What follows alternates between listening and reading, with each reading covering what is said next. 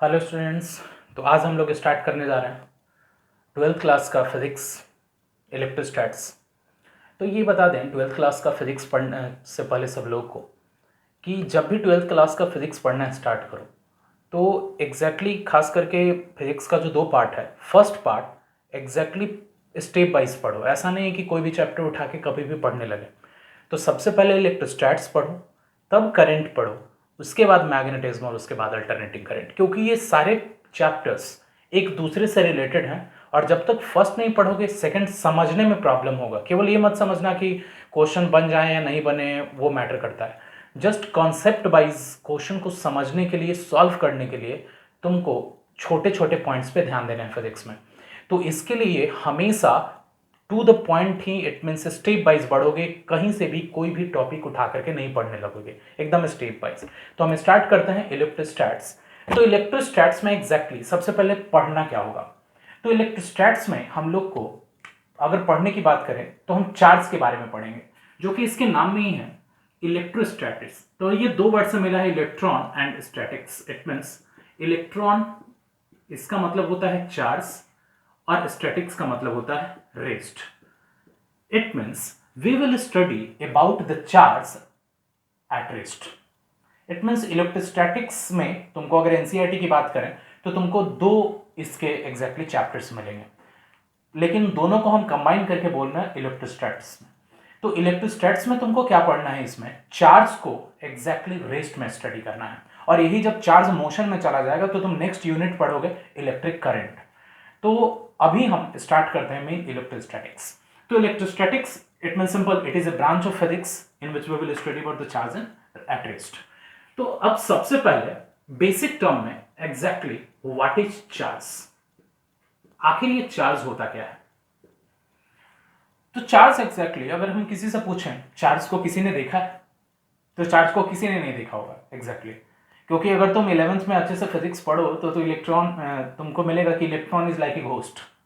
Electron ghost की तरह है जिसके बारे में हम बात करते हैं, लेकिन वो किसी ने उसको नहीं देखा। जैसे हम कई बार डॉट स्ट्रक्चर जब पढ़ते हैं केमिस्ट्री वगैरह में, तो हम ऑर्बिट्स में डॉट से उसको शो करते हैं, लेकिन जस्ट वो रिप्रेजेंटेशन के लिए यूज होता है। कोई नहीं बोल सकता कि एक व्हील की तरह न्यूक्लियस के चारों तरफ कोई पाथ है और उसमें डॉट इलेक्ट्रॉन की तरह कुछ रिवॉल्व कर रहा होगा, या माइक्रोस्कोप से देखे तो ऐसा दिखेगा।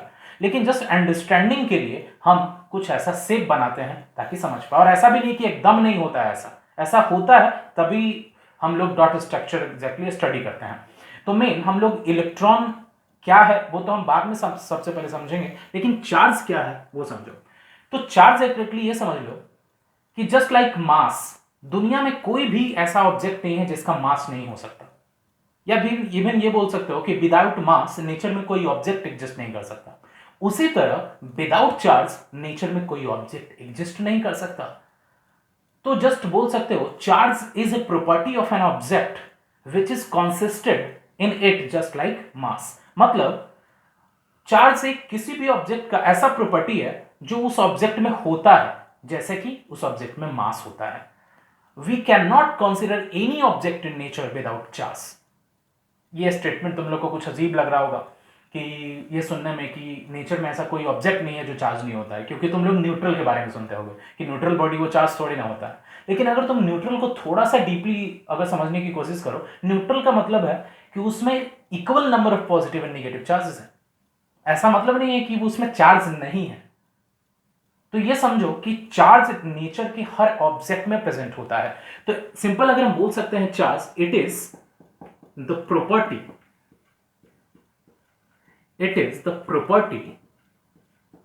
of an object just like mass which is present in it. Or even we cannot consider any object in nature without mass. It means we cannot, और ये इवन प्रॉपर स्टेटमेंट पे लिखो, there does not exist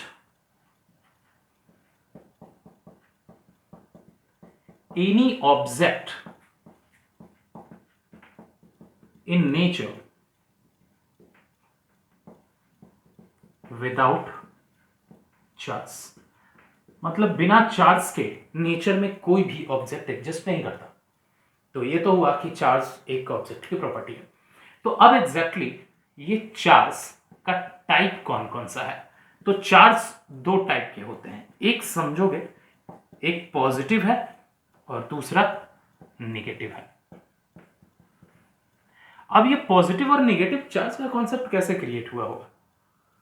तो कई बार हम लोग क्या देखते हैं कि पॉजिटिव और निगेटिव में कि एग्जैक्टली प्रोटॉन को पॉजिटिव कहा गया और इलेक्ट्रॉन को निगेटिव कहा गया जो डिस्कवरी हुआ था। तो कई बार ये भी माइंड में आता है प्रोटॉन को पॉजिटिव क्यों और इलेक्ट्रॉन को निगेटिव का। तो ये कन्वेंशनल टर्म है। कन्वेंशनल का मतलब है कि जब सबसे पहली बार उसका नामकरण हुआ तो पॉजिटिव को प्रोटॉन कहा गया, मतलब प्रोटॉन को पॉजिटिव चार्ज और इलेक्ट्रॉन को निगेटिव कंसीडर किया गया। तो इसलिए हम लोग पॉजिटिव के सेंस में प्रोटॉन को कंसीडर करते हैं और निगेटिव में इलेक्ट्रॉन को।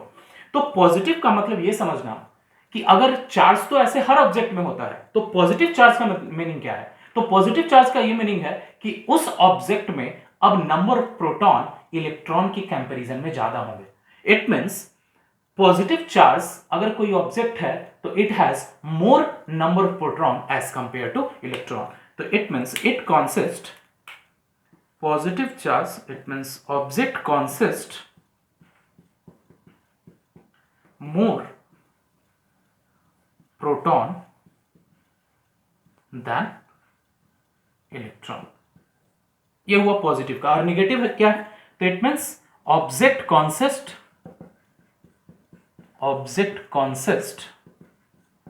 मोर इलेक्ट्रॉन देन प्रोटॉन।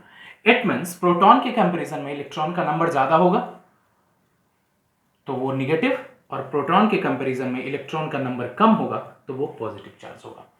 तो ये तो हुआ कि चार्ज के टाइप्स कितने होते हैं। अब ये सोचो कि नेचुरली तुम लोग अगर सुने होगे तो नेचर में जितने भी ऑब्जेक्ट एग्जिस्ट करते हैं वो कोई चार्ज नहीं होता, वो न्यूट्रल होता है। तो न्यूट्रल का मतलब क्या है कि उसमें पॉजिटिव और निगेटिव चार्ज का अमाउंट एग्जैक्टली सेम होगा। तो अगर इनिशियली अगर न्यूट्रल है तो हम किसी भी ऑब्जेक्ट पे चार्ज कैसे प्रोड्यूस कर सकते हैं उसके बारे में हम लोग में स्टडी करेंगे। तो now how charge can be produced.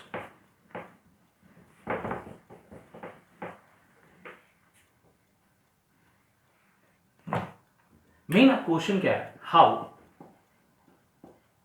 Charge can be produced.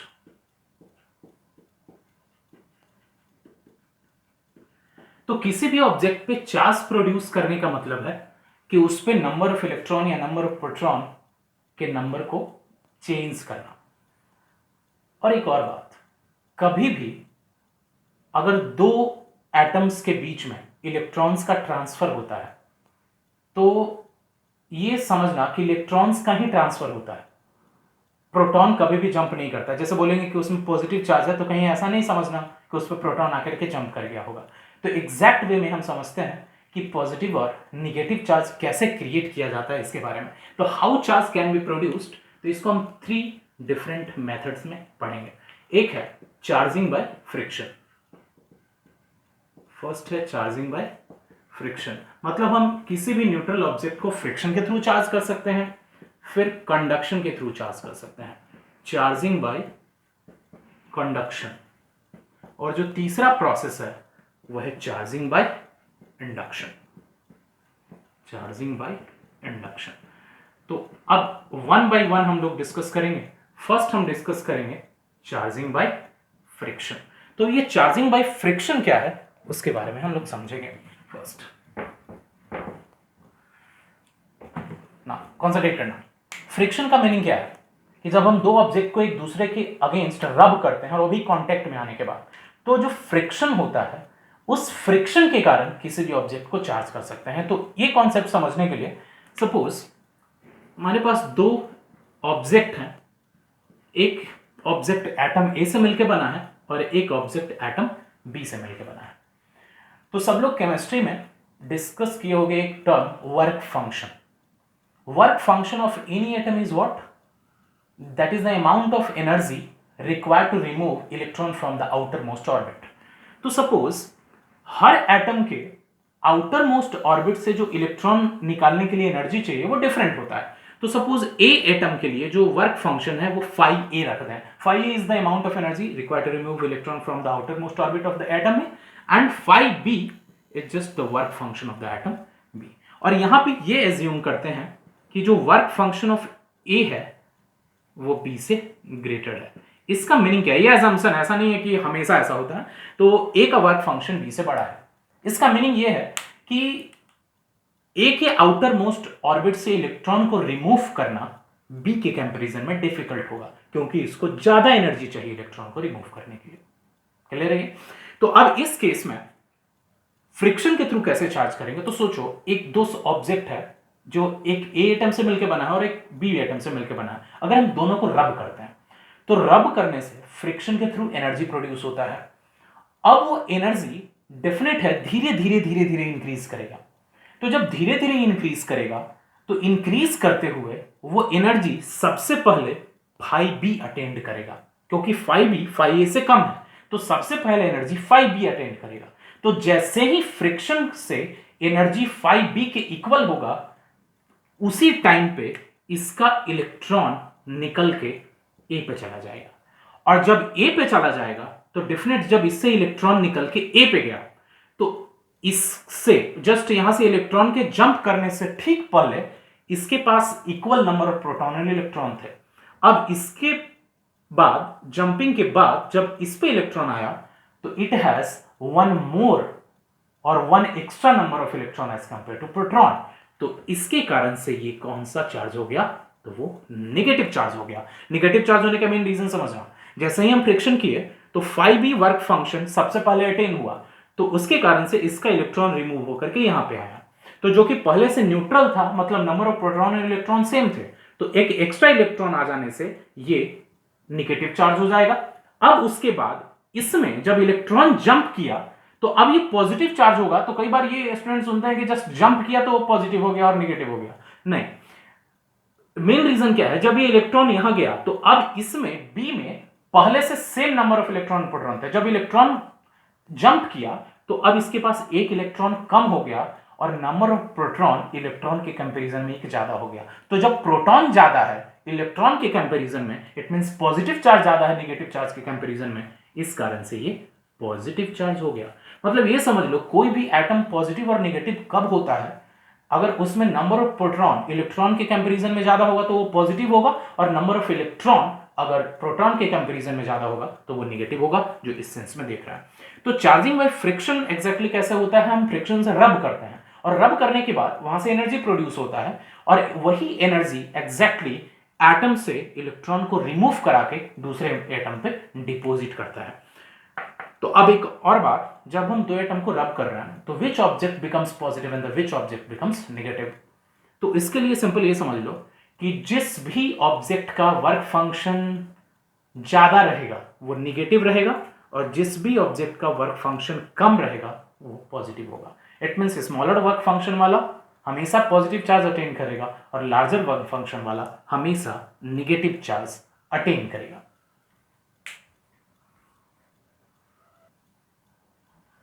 अब हम लोग सेकंड में देख रहे हैं, second process of charging by conduction. तो चार्जिंग बाय कंडक्शन में हम क्या देखेंगे? एक न्यूट्रल ऑब्जेक्ट को कंडक्शन के थ्रू कैसे चार्ज करते हैं। कंडक्शन का मतलब है जब एक ऑब्जेक्ट को दूसरे में हम टच कराते हैं, मतलब एग्जैक्टली टच होना चाहिए, ऐसा नहीं कि नियर बाई हम रखेंगे, टच होगा तब उसके बारे में। तो सबसे पहले न्यूट्रल ऑब्जेक्ट की अगर हम बात करें तो neutral object can be charged bye conduction. अब ये दो तरह से हम कर सकते हैं। फर्स्ट हम कर सकते हैं बाय पॉजिटिव चार्ज, और सेकंड हम कर सकते हैं बाय नेगेटिव चार्ज। तो पॉजिटिव चार्ज से हम कैसे किसी भी अनचार्ज ऑब्जेक्ट को हम चार्ज कर सकते हैं उससे समझना। सपोज मेरे पास एक न्यूट्रल ऑब्जेक्ट है, ठीक है, ये न्यूट्रल है, मतलब equal number of proton and neutron है। अब एक पॉजिटिव चार्ज का स्फीयर सेम साइज का इसके कांटेक्ट में ले आते हैं।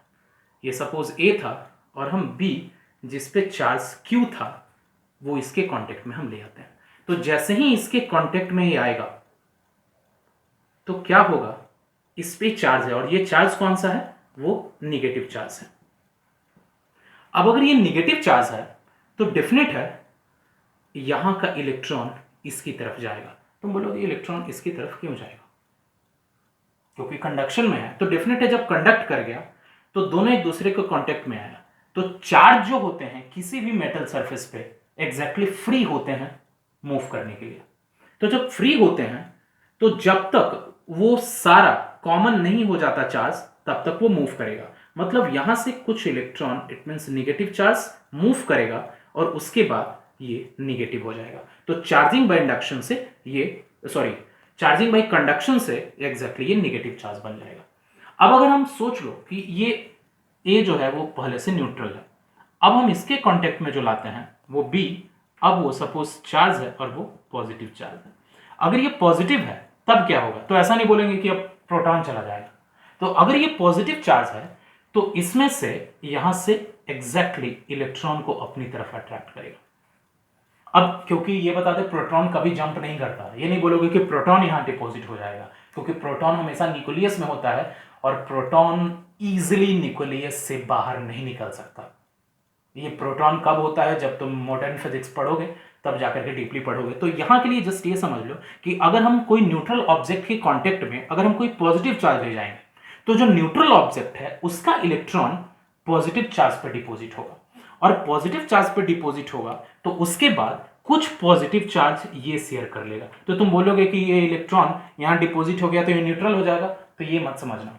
वो ऐसा नहीं है कि अगर जितना ये पॉजिटिव चार्ज है उतना ही इक्विवेलेंट अमाउंट ऑफ इलेक्ट्रॉन यहां से जंप होता है, वो उतना ही इलेक्ट्रॉन जंप होता है ताकि ये दोनों चार्ज को कुछ शेयर कर ले। शेयर करने का मतलब जैसे इसमें समझ लो, अगर ये क्यू चार्ज है, निगेटिव है और दोनों का साइज सेम है, तो आफ्टर कंडक्शन जो दोनों पे चार्ज डिस्ट्रीब्यूट होकर जाएगा वो Q/2 होगा। और यहां पे भी अगेन साइज सेम है तो Q/2 और Q/2 होकर जाएगा।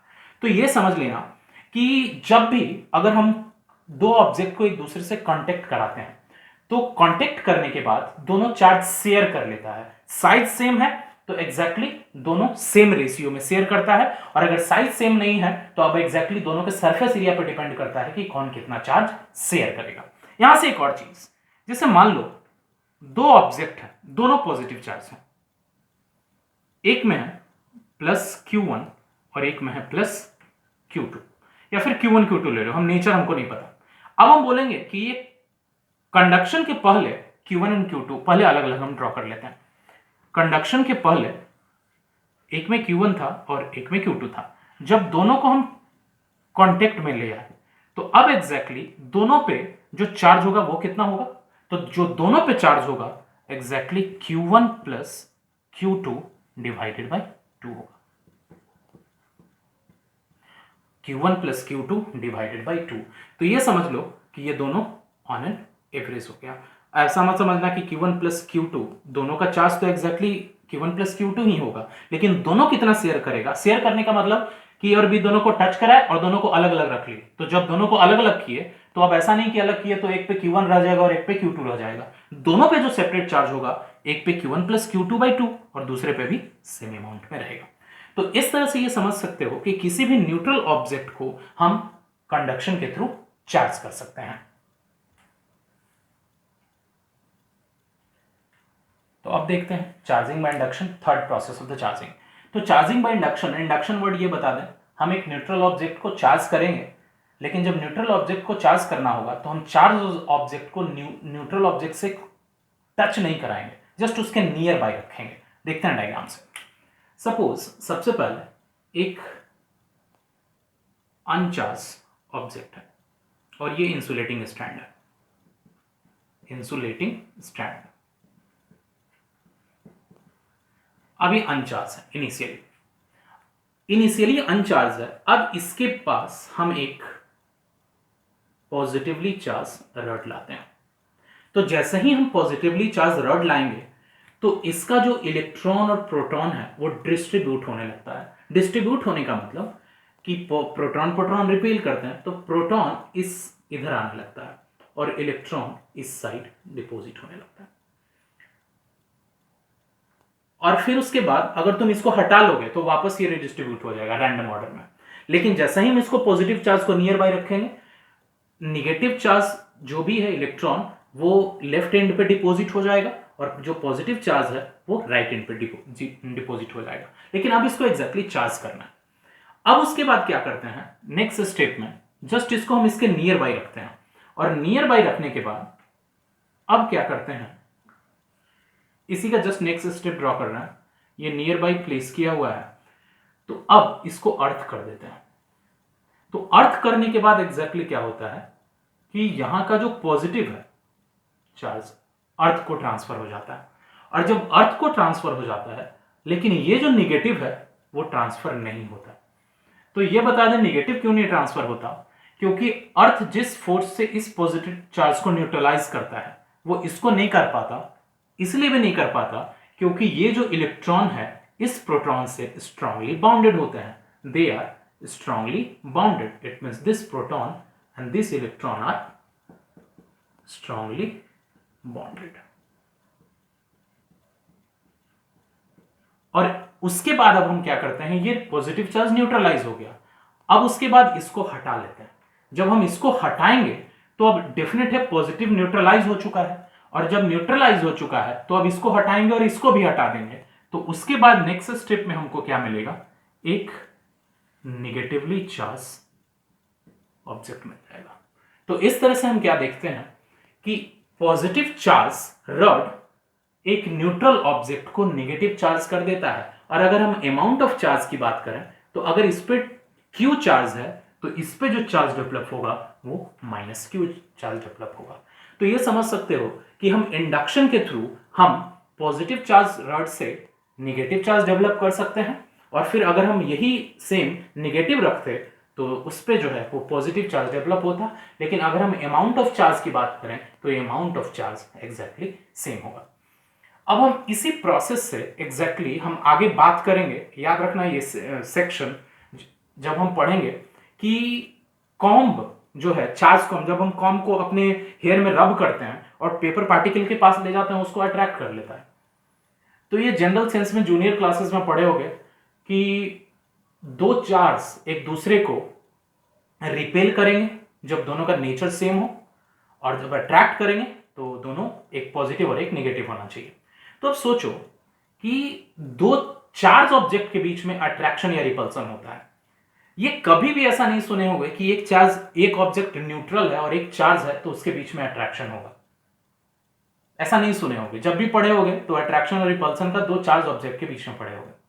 लेकिन यहां पे हम क्या देखते हैं, हम कॉम्ब को रब करते हैं तो कॉम्ब चार्ज हो जाता है फ्रिक्शन के थ्रू, और जब कॉम्ब चार्ज हो जाता है तो वो पेपर पार्टिकल वो न्यूट्रल था।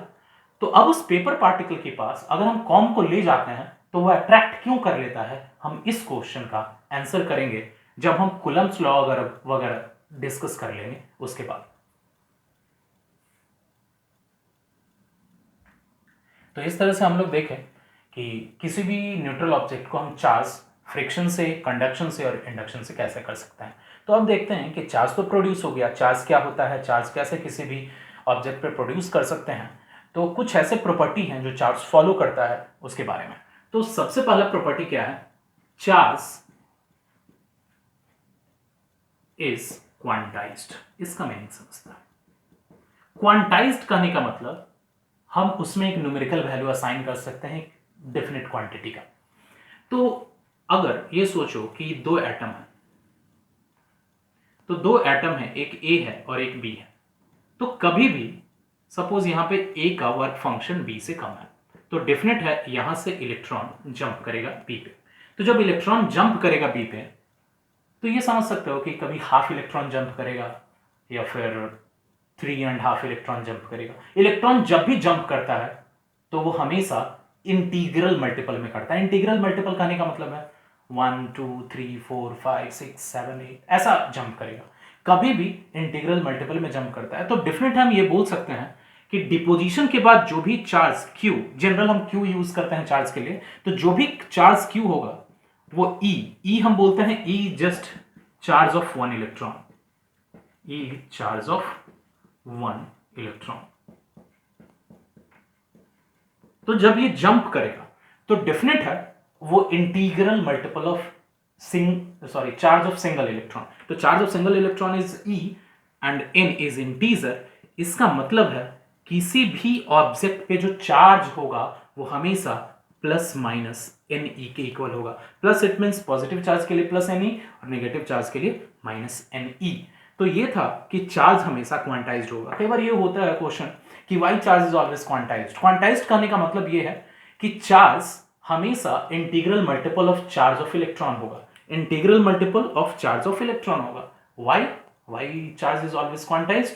Because charge can only be transferred in the multiple of electrons. Multiple of electrons कहने का मतलब चार्ज हमेशा इलेक्ट्रॉन के मल्टीपल में होता है। 1 इलेक्ट्रॉन, 2 इलेक्ट्रॉन, 3 इलेक्ट्रॉन, 4 इलेक्ट्रॉन, कभी भी फ्रैक्शंस में नहीं होते। इस कारण से चार्ज को एग्जैक्टली क्वांटाइज्ड कहा जाता है। ये था फर्स्ट प्रॉपर्टी। सेकंड प्रॉपर्टी है वो है charge is always conserved. Charge is conserved. तो चार्ज को कंजर्व्ड करने का मतलब ये है कि हम चार्ज को क्रिएट नहीं कर सकते। नेचर में जो भी चार्ज एक बार है वो कांस्टेंट है। तो तुम बोलोगे अभी तो हम पढ़ रहे थे charging by conduction, friction, induction, ये सब। तो एग्जैक्टली हम चार्ज प्रोड्यूस नहीं कर रहे थे। हम जो कर रहे थे वो चार्ज को ट्रांसफर कर रहे थे एक जगह से दूसरे जगह। अगर तुमको याद हो चार्जिंग बाय फ्रिक्शन में तो क्या किए थे? फ्रिक्शन करते हैं, एक का इलेक्ट्रॉन दूसरे पे जंप करता है। तो हम चार्ज एक को पॉजिटिव किया तो एक को निगेटिव किया। तो मतलब एक पे इलेक्ट्रॉन गया तो दूसरे पे कम भी तो हुआ। मतलब हम चार्ज एक प्रोड्यूस करते हैं तो एक पे निगेटिव एक पे पॉजिटिव, लेकिन हम टोटल चार्ज तो प्रोड्यूस कर ही नहीं रहे हैं। इसका मतलब है कि charge can neither be created nor be destroyed, it can only be transferred from one atom to another atom. तो यही है just charge is always conserved. तो प्रीवियस क्लासेस में भी पढ़े हुए। तो ये था दो प्रॉपर्टी। थर्ड प्रॉपर्टी एग्जैक्टली और है जो कि ऑलरेडी सब लोग जानते हो, like charges always repel each other and unlike charges always attract each other. It means unlike charges attract each other, लिख लेना complete statement, and like charges repeat each other। तो इस तरह से ये तुम्हारा था चार्ज के बारे में कि चार्ज क्या होता है, फिर उसके बाद चार्ज के टाइप्स कितने हैं, पॉजिटिव और नेगेटिव, फिर हम चार्ज को एग्जैक्टली कैसे प्रोड्यूस कर सकते हैं 3 प्रोसेस से, charging by friction, charging by conduction, charging by induction. और फिर उसके बाद हम लोग ये देखिए कि चार्ज जो मेन प्रॉपर्टीज़ को कुछ फॉलो करता है, जिसमें से सबसे इंपॉर्टेंट है चार्ज हमेशा क्वांटाइज्ड होगा। इट मीन्स किसी भी ऑब्जेक्ट पे अगर चार्ज प्रोड्यूस हुआ है तो वो हमेशा इलेक्ट्रॉन्स के मल्टीपल में होगा। It means 1 into E, 2 into E, 3 into E, plus minus already होगा क्योंकि पॉजिटिव के लिए प्लस और नेगेटिव चार्ज के लिए माइनस। और फिर charge conserve, it means charge किसी भी ऑब्जेक्ट पे होता है तो इट मीन्स वो कंजर्व होता है। इसका मतलब है कि हम कभी भी चार्ज को एक एटम से दूसरे पे ट्रांसफर कर सकते हैं, हम अलग से कभी भी प्रोड्यूस नहीं कर सकते हैं, और ये ऑलरेडी सब लोग को पता होगा। तो ये था तुम्हारा चार्ज के बारे में। और इसके बाद हम लोग नेक्स्ट लेक्चर में डिस्कस करेंगे कूलम्ब्स लॉ, जो कि पूरे इलेक्ट्रोस्टैट्स का बेस होगा। इट मीन्स हम यहाँ पे थोड़ा सा एक और बात बोल दें आगे पढ़ने से पहले, कभी भी इलेक्ट्रोस्टैट्स में एक टॉपिक से आगे के टॉपिक्स को लिंक करने की कोशिश करो। और उसके अलावा आगे पढ़ने से पहले अगर किसी को नहीं पता हो तो मैथमेटिकल टूल्स जो 11th में ही स्टूडेंट को पढ़ाया जाता है, 11th के मैथमेटिकल टूल्स में इंटीग्रेशन का जो बेसिक कॉन्सेप्ट है और डिफरेंशिएशन का जो बेसिक कॉन्सेप्ट है वो स्टडी कर लोगे, डेफिनेटली कर लोगे। क्योंकि वो पढ़ लेने के बाद तुमको बहुत सारे 12th के फिजिक्स के टॉपिक्स आसान लगेंगे, क्योंकि उसमें बहुत सारे टर्म्स, एक टर्म से दूसरे टर्म, दूसरा से तीसरा रिलेटेड है, और उसमें और कुछ नहीं, वो उसमें complete calculus, it means integration, differentiation लगा हुआ है। तो हम डिस्कस करेंगे नेक्स्ट क्लास में कूलम्ब्स लॉ।